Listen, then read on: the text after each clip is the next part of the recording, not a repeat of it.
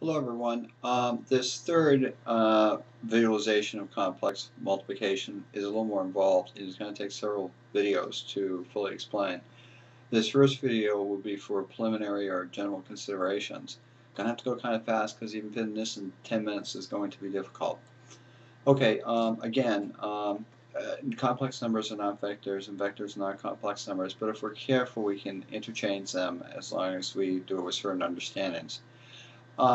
Here we're going to go through certain vector products, one of which we'll probably be very familiar with to most of you, and the other one may not be so familiar. A and B here are considered to be one vectors on a two-dimensional plane.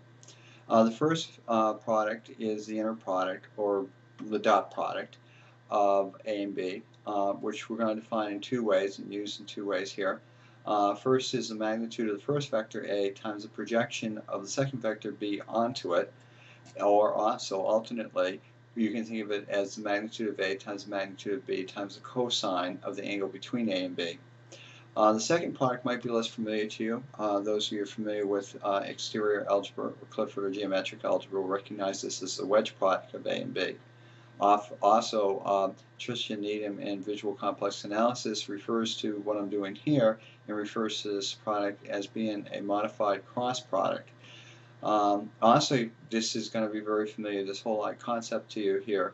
It's just going to say, those of you who take linear algebra, that's a determinant. That's a determinant, if you will, for which we use to find areas and volumes, hypervolumes, and such.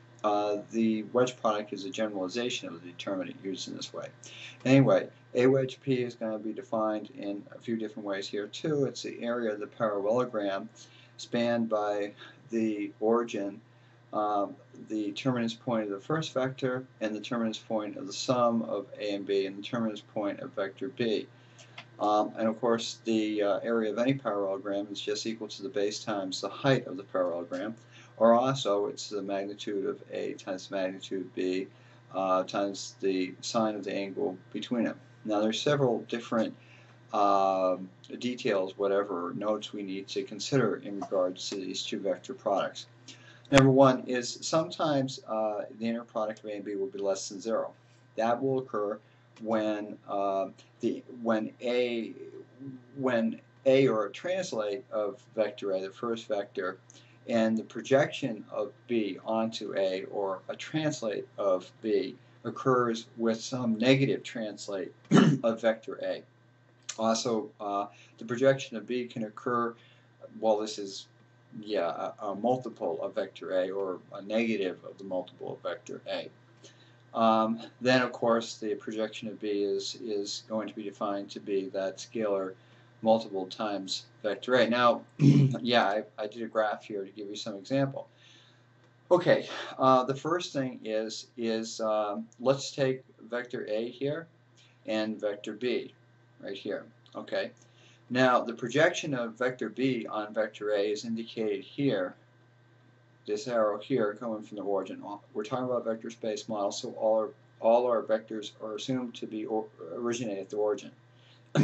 And so it's this shorter vector here along vector A that has a perpendicular that goes up and through the terminus point of vector B. It's perpendicular to vector A. This right here is the projection of vector B on vector A. Now, as I was saying here, is basically the inner product can be defined as the magnitude of vector A times the projection of vector B on vector A. So it would be the length of vector A here, 5.39, times the projection of vector B here, which I didn't calculate.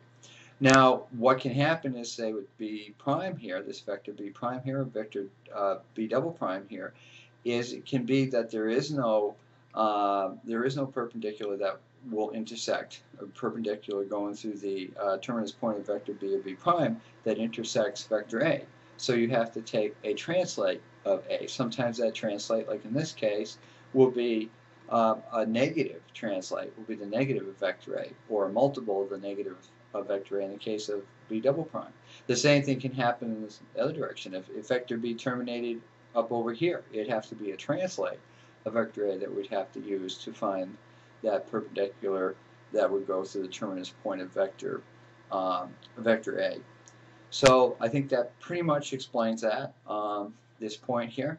The second one is, again, it has to do with taking the vertices of the parallelogram or origin, terminus point of vector A, the sum of vector A's and B, and vector B generates a counterclockwise rotation of the 2D plane.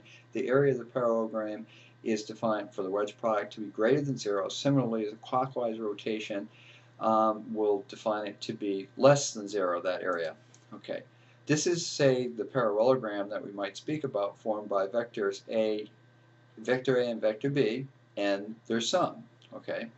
Now, what this says is if we take the points of the parallelogram this way, the origin, the terminus point of vector A, the terminus point of vector A plus B, and vector B, that is, go around this way, counterclockwise way, similarly like on this circle here, going this way, counterclockwise, then the area here is going to be defined to be positive. Now, on the other hand, if we go the other way, take the terminus point of vector B first and go around this way, clockwise, like going around this circle this way, then the area of the parallelogram is defined to be negative.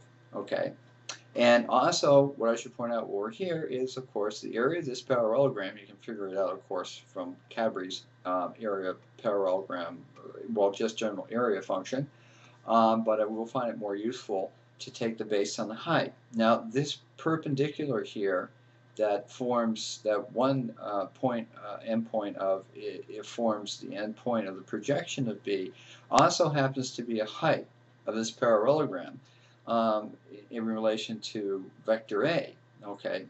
And so the area of this parallelogram is simply the length of vector A, the magnitude of vector A, times this height here, okay? You can see it equals 18, which is equal to the area found by Cadbury's area function. This short note is just basically what I was saying before, is that as far as this formula is concerned up here, the area of the parallelogram, all these different vectors are just taken to be position vectors, as they really are intended to indicate the terminus points of those vectors. Now, with these angles and such, we have to be careful to take the correct angle with the correct order of vertices in order to assure the correct sign, plus or minus, for both of these vector products. Again, a counterclockwise taking of the vertices indicates that the angle is positive. A clockwise taking of vertices indicates that the angle will be negative. I have another diagram that I think we can use to more clearly illustrate this. And this is in the wrong position. Okay. And basically we just have a general angle.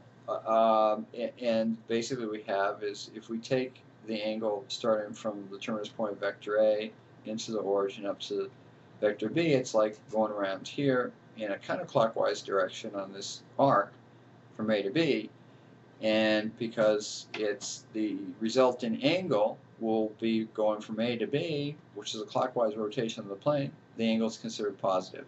Similarly, if we were to go around the circle from B to A in a clockwise rotation, so like taking the points B, origin, and the terminus point of A, that would be considered to be a clockwise rotation from B to A, and then the angle is defined to be negative.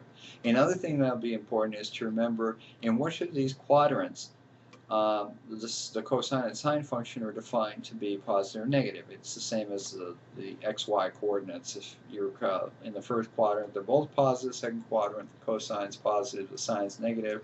Third quadrant, they're both negative. And the fourth quadrant, the cosine's positive and the sine's negative. I think that just about takes care of it. I hope this is under 10 minutes, and I hope that this, in fact, is clear and it helps.